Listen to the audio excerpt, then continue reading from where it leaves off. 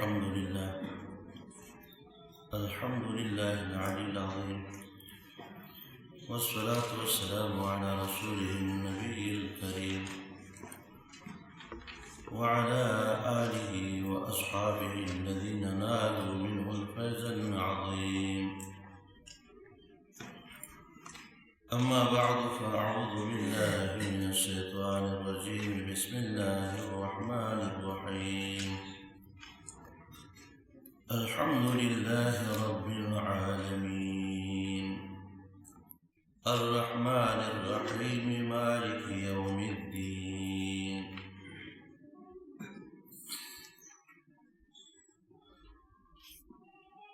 اول درته مقدمه ذکر کوم.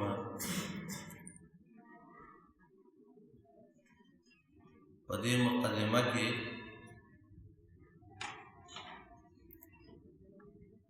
د وحی ذکر کو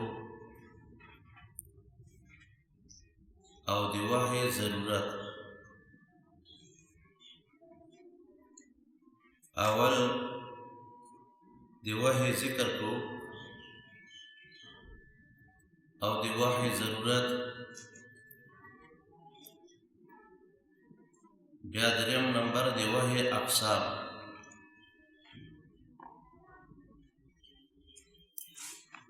او بیا ورسره نور مضامین ذکر کړو.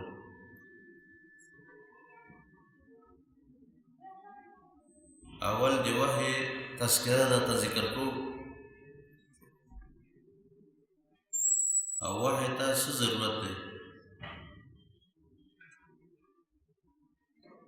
هر مسلمان په دې باندې پوهیږي چې انسان الله رب العزت دنیا ته برای امتحان لېږلی دی. په هر انسان باندې امتحان دی، که نارینه دی که زنانه دی. دوم نمبر، انسان مهمل نه دی پیدا کړی الله تعالی. په انسان باندې الله رب العزت ذمہ داری ایښي دي، څه اوامر دي او څه نواهی دي. دوم نمبر، انسان الله رب العزت مهمل نه دی پیدا کړی، عبث نه ده پیدا کړی. په انسان باندې الله رب العزت ذمہ داری ایښودي دي، څه اوامر دي او څه نواهی دي. دریم نمبر، دا ټول کائنات الله رب العزت د انسان په خدمت کې لګولی دی. دریم نمبر، دا ټول کائنات الله رب العزت د انسان په خدمت کې لګولی دی.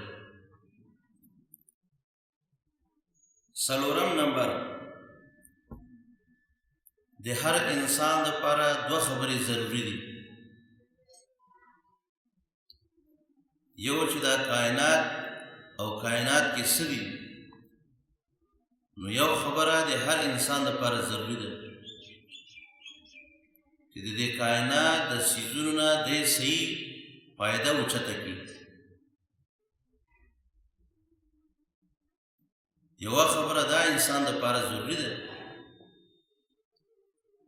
چې دا کائنات او کائنات کې چې څه دي، چې انسان د دې نه صحیح فایده اوچته کړي. دوما خبره دا ضروری ده چې انسان کومه فایده اوچتوي د دې څیزونو نه، نو چې په فایده اوچتولو کې د الله رب العزت د حکم خلاف ورزي ونه کوي. دوما خبره، د کائنات د اشیاو نه انسان استفاده کوي، فایده ترې نه اوچتوي. چې د الله رب العزت د حکم مخالفت پکې را نشي او د الله تعالی د حکم مخالفت ونشي. د دغه دوه خبرو دپاره د علم ضرورت دی. د دغه دوه خبرو دپاره د علم ضرورت دی. د علم په ذریعه باندې انسان معلومولی شي چې کوم شی جایز دی او کوم شی ناجایز دی. د علم په ذریعه باندې انسان معلومولی شي چې کوم کار زه وکړم چې الله تعالی پرې رضا شي او کوم کار زه وکړم چې الله تعالی پرې خفه کېږي. نو د دې خبرو دپاره د علم ضرورت دی. او اسباب د علم درې دي. اسباب د علم دا درې دي. اول حواس خمسه. اول حواس خمسه. دوم نمبر عقل. دریم نمبر وحی.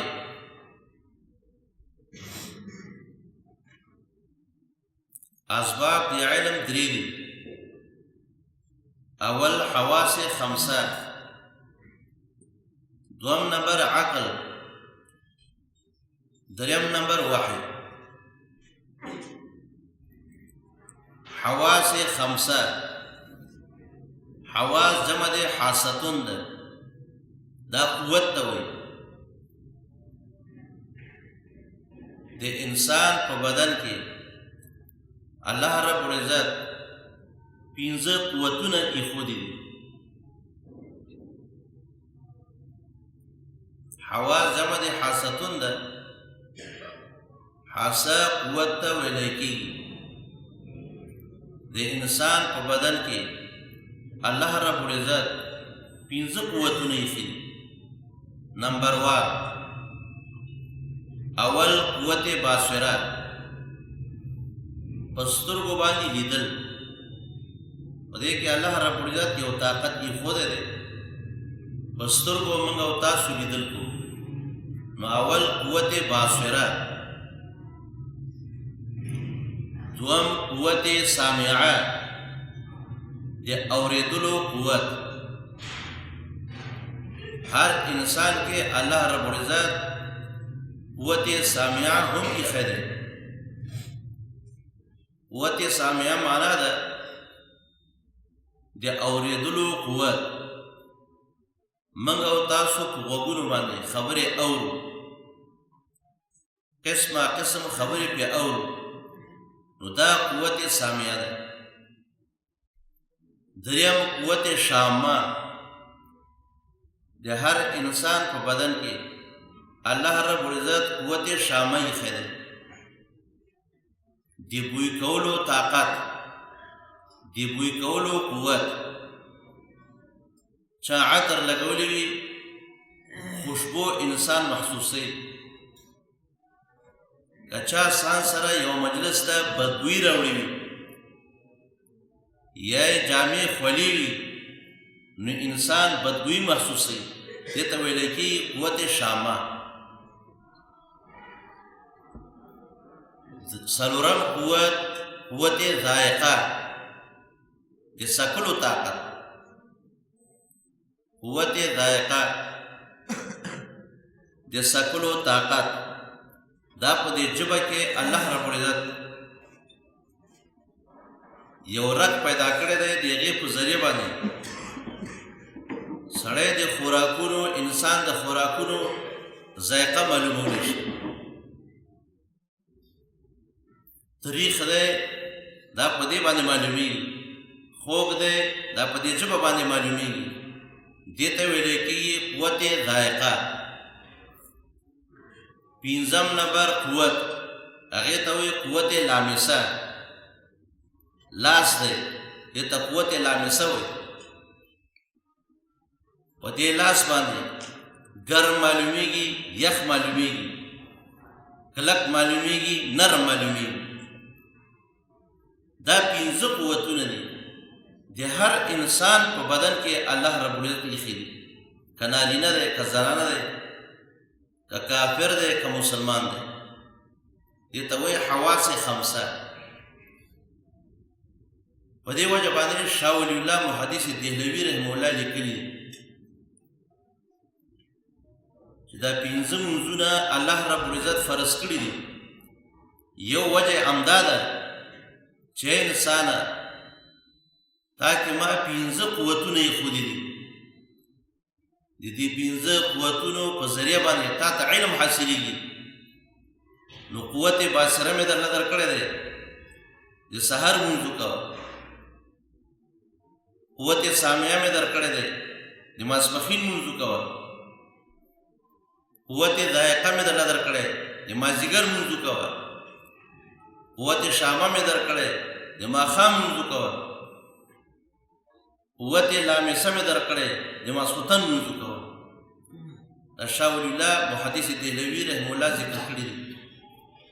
د دې پنځه قوتونو په عوض کې الله رب العزت ارشاد فرمایي چې ما درته داسې قوتونه درله درکړي دي، نو پنځه وخته ما ته سجده کوه او زما دربار ته حاضري کوه.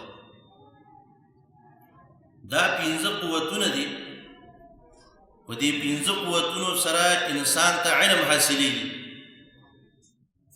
په سترګو باندې انسان ته علم حاصلېږي، په غوږونو سره انسان ته علم حاصلېږي، په پوزې سره انسان ته علم حاصلېږي، سکلو سره انسان ته علم حاصلېږي، په مسه کولو سره انسان ته علم حاصلېږي. نو دا حواس خمسه، پنځه حواس، دا سبب دی علم دی. دوم نمبر بیا عقل دی. عقل یو جوهر دی، الله رب العزت د انسان په بدن کې ایښودی دی.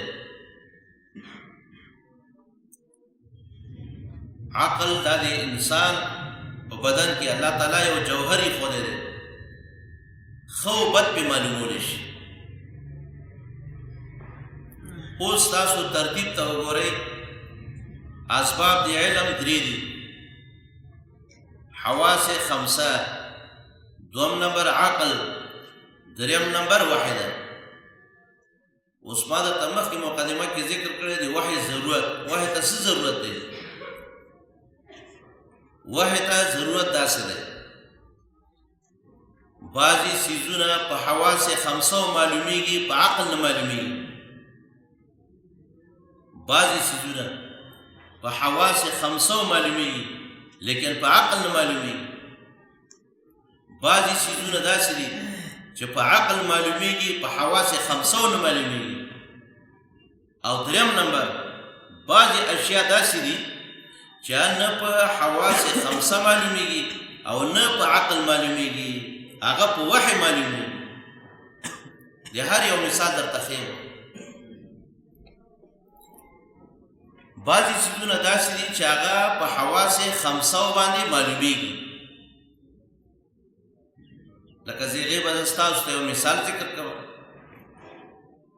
دا مخامخ دیوال دی، موږ او تاسو ورته ګورو په سترګو باندې چې سپین دیوال یې چونه کړی دی.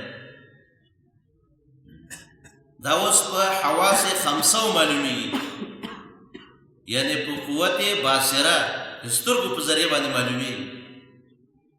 دیوال ته ګورو سپین دی، خو که موږ او تاسو سترګې پټې کړو دا په عقل نه معلومیږي. سترګې پټې کې په لاس یې مسه نه کې، غوږونو باندې وانورئ،